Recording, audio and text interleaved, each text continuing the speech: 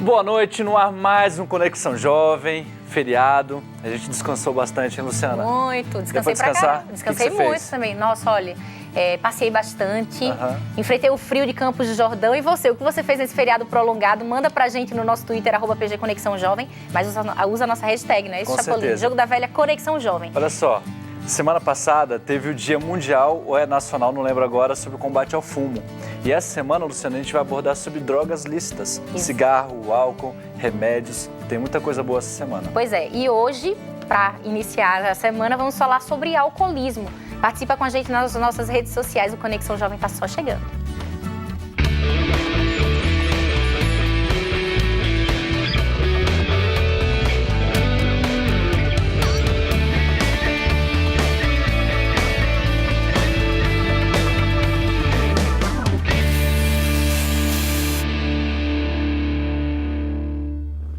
Está no ar mais um Conexão Jovem, você é o nosso convidado especial. E olha só, gente, você que é o nosso internauta, nosso amigo no Facebook, no Twitter, interage, manda suas perguntas, já tem muita gente mandando aqui. Hoje você vai ganhar, olha só. Chapolin, fala pra gente aqui sobre o nosso presente da noite. Muito bem, olha só, essa Bíblia que você pode ganhar no Conexão Jovem, se você participar com a gente hoje no nosso Twitter, @PG Conexão Jovem, é uma Bíblia que você pode personalizar, colocar o desenho que você quiser.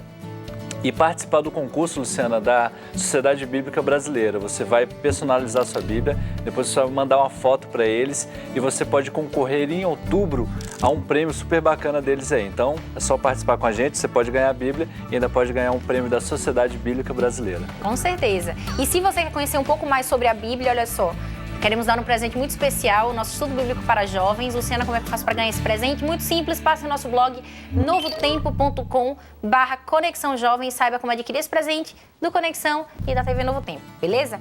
Eu quero aproveitar e já mandar um abraço aqui para os nossos internautas que estão conectados no nosso Facebook. Se você ainda não curtiu a nossa página, não perde tempo, facebook.com/Conexão Jovem Oficial. A Daiane, a Eduarda, a Silvana Souza, a Daniele Tavares são as nossas internautas aqui, que estão conectadas desde cedo, interagindo, mandando as suas perguntas. Quero dar as boas-vindas ao doutor Onei. Tudo bem, doutor? Seja bem-vindo. Boa noite, tudo bem, Luciana? Graças a Deus. Tudo bem, seja bem-vindo. obrigado. Chegou um pouquinho agora, programar ao vivo é assim, hein, gente? Tem essa dinâmica, essa adrenalina. Conseguiu chegar bem aqui. Chapolin foi ao seu encontro. Graças ao Tiago. O Tiago foi o anjo da guarda aí que falou, não, você está no caminho errado, é por aqui.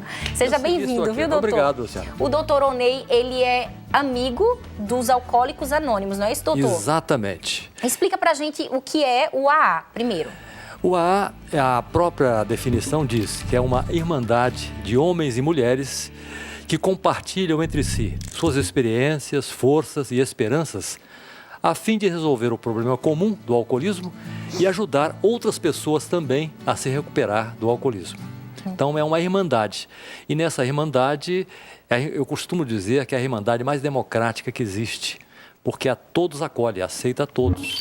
Ricos, pobres, jovens, velhos, brancos, negros, indígenas, pessoas de qualquer idade, qualquer credo, qualquer religião, a todos aceita. O único requisito para pertencer a essa irmandade é o desejo de parar de beber. Agora, para ser um amigo do Alcoólicos Anônimos, o que tem que fazer? Né? O senhor é médico e contribui com esse grupo, atuando como médico, né? Não, na verdade, eu não atuo como médico. Eu atuo ajudando a administração de Alcoólicos Anônimos. Eu faço parte da direção nacional e também fazendo palestras pelo Brasil inteiro para essa irmandade.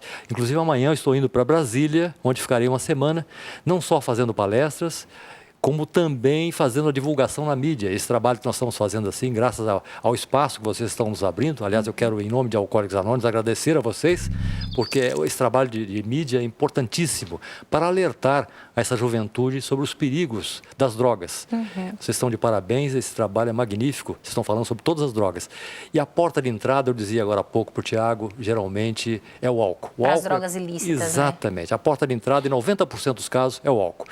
E essa porta de entrada é perigosíssima e a cada ano que passa, mais jovens são atendidos e a faixa etária, o que é mais grave, vem diminuindo. Antigamente, há 5 anos atrás, o jovem conhecia o álcool aos 13 anos.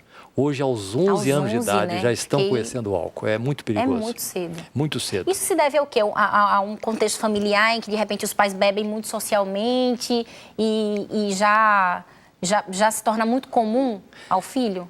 Eu diria que há vários aspectos a considerar. O primeiro deles é cultural. Nós vivemos numa cultura, no nosso mundo ocidental, onde tudo é regado a álcool. Você vai até numa festa de aniversário de criança e tem cerveja ali para os adultos.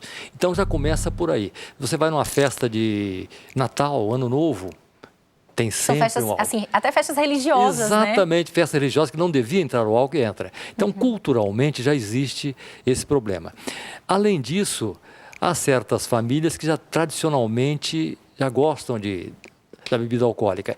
E se você considerar que existe uma doença chamada alcoolismo, que atinge de 10 a 15% da população mundial, isso é uma estatística mundial, então são pessoas que não podem beber nunca socialmente. Porque quem é etilista social, esse não tem maiores problemas. Ele bebe eventualmente, mas muito pouco e não extrapola.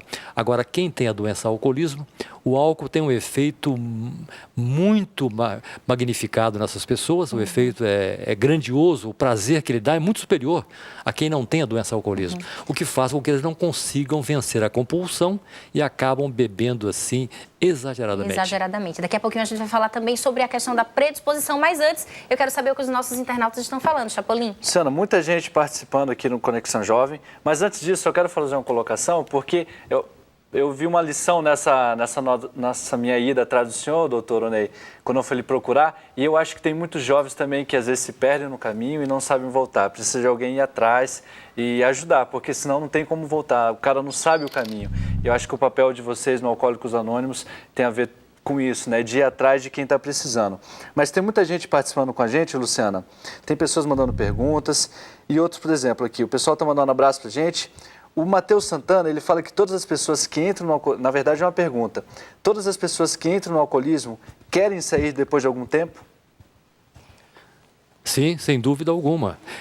As pessoas que têm a doença alcoolismo, eles custam a despertar que eles têm a doença. Geralmente há uma fase de negação.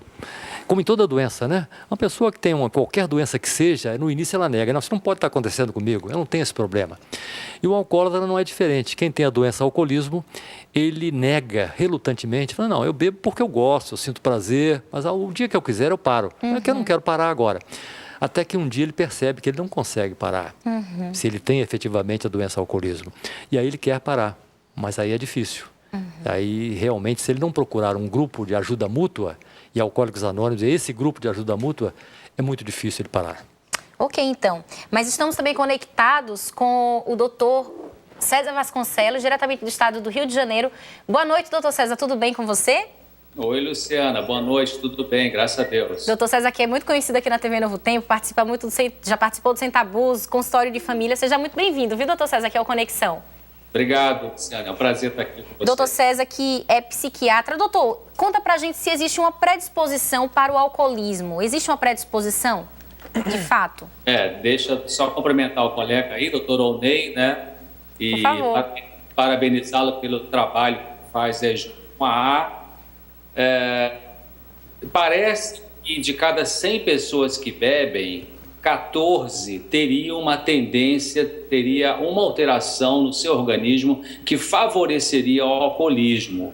Então, do ponto de vista genético, eu acredito que o colega tem muita informação para passar, mas parece que sim, que um grupo de pessoas ela tem essa tendência genética para o alcoolismo e elas têm uma predisposição e, portanto, essas pessoas teriam que ter muito cuidado e, possivelmente, esse grupo de pessoas é o grupo em que não deve usar nada de álcool porque pode desenvolver rapidamente o alcoolismo. Agora, doutor, por exemplo, se tem um jovem que tem um pai que é alcoólatra, mas ele não tem essa predisposição organicamente, mas apenas pela influência, por crescer vendo seu pai sempre no alcoolismo e tal, ele pode desenvolver, não ser orgânico, mas por questões psicológicas, ele acabar se envolvendo e se tornando um alcoólatra também? É, claro que pode, porque na realidade, Luciana, o modelo do pai e da mãe é muito forte na cabeça de um filho. Então, geralmente os filhos, eles colocam o seu pai e sua mãe como super-heróis, como deuses, como o modelo mais principal de comportamento. Então, a criança, ela absorve esse comportamento, aquilo que ela vai vendo, vai entrando como crenças centrais na cabecinha dela, e quando vai ficando adolescência, vai ser mais fácil deste jovem entrar no alcoolismo, mesmo que não esteja nesse grupo menor aí da predisposição genética, pode começar a ter realmente uma cópia desse modelo de beber e pode até entrar no alcoolismo mais tarde. Tá ok então, doutor César, daqui a pouquinho voltamos com você, continua conectado com a gente. Agora, doutor Oney, o jovem ele demora mais a perceber que se tornou alcoólatra, porque às vezes a gente relaciona muito a uma fase mais madura, mais experiente, o jovem tem dificuldade para perceber que ele já está desenvolvendo sintomas do alcoólatra mesmo, né? Sem dúvida. O jovem, normalmente ele assim, é muito audacioso, ele acha que nunca nada de mal vai lhe acontecer. E é por isso que a gente vê tantos acidentes de trânsito envolvendo jovens, né? Muitas vezes sob efeito do álcool, outras vezes até sem efeito do álcool. Abusam da velocidade e tudo mais. Mas isso que o doutor César, meu ilustre colega, colocou é muito oportuno. Realmente são as duas vertentes do alcoolismo. Uma, aquela vertente genética, e hoje há pesquisas mostrando que aquelas famílias onde existem várias pessoas com problemas de alcoolismo teriam um cromossoma alterado, um cromossoma defeituoso, mostrando a linhagem genética. E, por outro lado, a outra vertente é a vertente cultural. Essa cultura de tudo ser comemorado com álcool, né? Até as festas religiosas, e com isso muitos jovens acabam se tornando presas fáceis do alcoolismo. Isso é muito importante que se diga. E o pior é que hoje nós vivemos uma epidemia de drogas, porque eu diria uma pandemia, porque é uma epidemia mundial. Todo mundo, a droga está assumindo um vulto assustador. E eu vejo que os nossos governantes... Você acredita que pode ser um problema emocional? Assim, não, o problema emocional contribui efetivamente, mas não é a causa principal. A causa principal não está aí. E isso que o doutor César comentou, o exemplo familiar é muito importante também. O jovem se mira muito nos pais, né? O espelho são os pais. Então, todos são aspectos muito importantes que têm que ser considerados. Mas eu queria me referir ao problema dos nossos governantes, estão muito preocupados, e com razão, com uma possível epidemia da gripe A, que já existem surtos aqui em São José dos Campos, Taubaté, mas não existe uma epidemia ainda. Mas eu acho que, do mesmo modo que estão preocupados com isso, deviam se preocupar mais com a epidemia de drogas que já existe. E realmente é muito séria, porque está dizimando aí jovens em grandes quantidades. Com certeza. Chapolin, tem Luciana, mais tem sim, olha, inclusive, Luciana, tem gente falando a respeito de familiares que, dentro da família deles, que tem... Sofre com o problema com o alcoolismo, né? Tem avô que é alcoólatra e diz que não é, então isso atrapalha quando a pessoa não reconhece que tem uma tendência ao alcoolismo. Tem pessoas que estão falando aqui que perderam já alguns parentes, como a Viviane Augusto. Isso mesmo, ela fala o seguinte: perdi um tio com cirrose e outro que já estava indo por esse caminho. Então a gente vê que algumas famílias estão sendo destruídas por causa do álcool também. Agora, uma pergunta aqui que várias pessoas já estão comentando pelo Twitter é a respeito da propaganda na televisão, doutor. Essa questão, será que tem alguma lei, alguma maneira de repente, parar, brecar publicidades, né, exatamente, que incentivam tanto o uso mesmo de drogas claro que a gente sabe que gera o dinheiro que isso gera é muito grande, não é?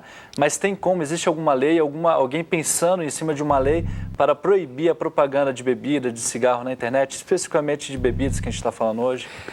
Veja bem, há algum tempo atrás se proibiu a propaganda de cigarro nas redes de televisão, que eu achei muito oportuno. E com isso diminuiu, vem diminuindo a quantidade de pessoas fumantes, tabagistas. Além dessas outras leis, proibindo que se fumasse em recintos fechados, tudo isso são coisas muito oportunas. Causa espécie para a gente que até hoje não exista um ministro da Saúde com peito para enfrentar o lobby das indústrias de bebidas, que é um lobby muito poderoso, é como você falou, né? São indústrias muito potentes que geram muito dinheiro, mexem muito dinheiro, e o poder econômico delas é muito forte. E até hoje não houve um ministro da Saúde com peito para efetivamente proibir a divulgação, pelo menos na grande mídia, na mídia televisada, porque o poder da mídia, vocês sabem que é muito grande, né?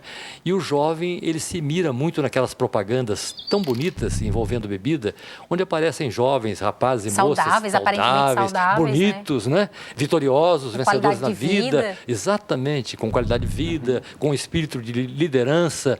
Então, isso tudo... Apela muito para a sexualidade também, né? Exatamente, que é aquela coisa que está despertando no jovem. Então, o jovem, ele se vê presa daquela propaganda que, em certos aspectos, é até subliminar. E aquilo cala muito fundo na consciência do jovem, que quando menos vê, ele está ali prisioneiro daquela armadilha do álcool. E o álcool, nós sabemos que é a porta de entrada das demais drogas. E outra coisa importante, as pessoas não têm noção do perigo que é o álcool. Todo mundo acha, não, o álcool é uma droga inocente. Não, o álcool é a droga que mais mata. Se nós reunirmos as mortes por todas as drogas ilícitas, da cocaína, ao crack, passando pelo êxtase, a heroína, a hemofina, o álcool mata mais que todas juntas, porque é uma droga lícita, é uma droga estimulada, é uma droga propagandeada, é uma droga que associa o vencer na vida com o seu consumo. Tudo isso faz o seu aumentar assustadoramente o seu consumo. Ok, Luciana, tem até depois, se tiver algum tempo, uma pergunta aqui do Twitter para o Dr. César. Por favor, também. Dr. César está conectado com a gente. Pode fazer. Pode ser agora? Pode ser. Dr. César, o seguinte, primeiro, uma boa noite para o senhor. Tem uma pergunta aqui, Dr. César, do Matheus Santana. Ele pergunta o seguinte, Dr. César, há um perigo iminente para o jovem do ponto de vista psicológico? O álcool ele pode ser a saída para algumas carências? O álcool ele é euforizante, ou seja, a pessoa bebe o álcool e ela até um certo ponto da dosagem do álcool no sangue, ela vai ficar eufórica, se é muito tímida, fica então corajosa, vamos dizer assim, socialmente falando.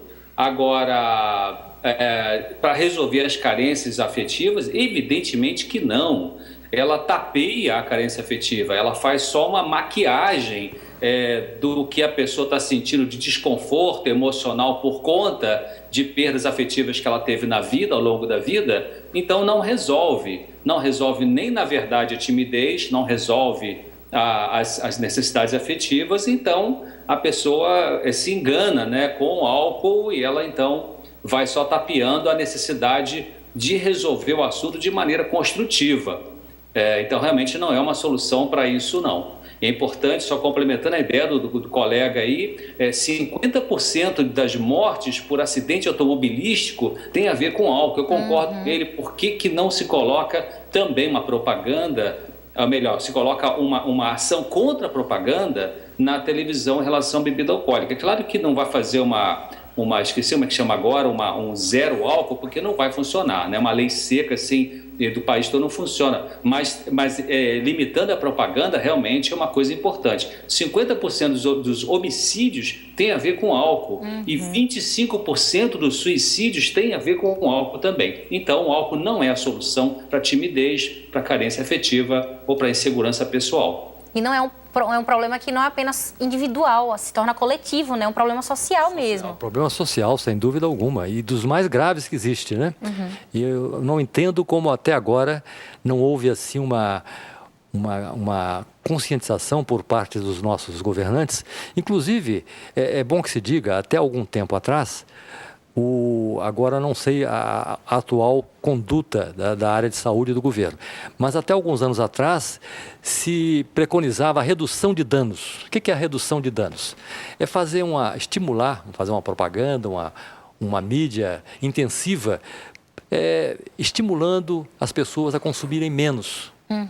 Isso, em quem tem a doença alcoolismo, não funciona, porque uma gota de álcool que seja é o gatilho desperta, porque o álcool na pessoa que tem a doença alcoolismo, ele tem um efeito muito mais intenso do que numa pessoa que bebe socialmente, que não tem problemas com álcool. Então isso não funciona, e é por isso que realmente o Alcoólicos Anônimos preconiza: só por hoje eu não vou ingerir nem uma gota de bebida alcoólica, porque ele sabe que se ele beber uma gota, ele não vai ficar nem um copo, nem dois, vai beber todas. Agora tem uma pergunta no nosso Facebook da Caliana. Qual é a substância que vicia? Na bebida alcoólica? Isso, na bebida alcoólica. Veja bem, é o álcool.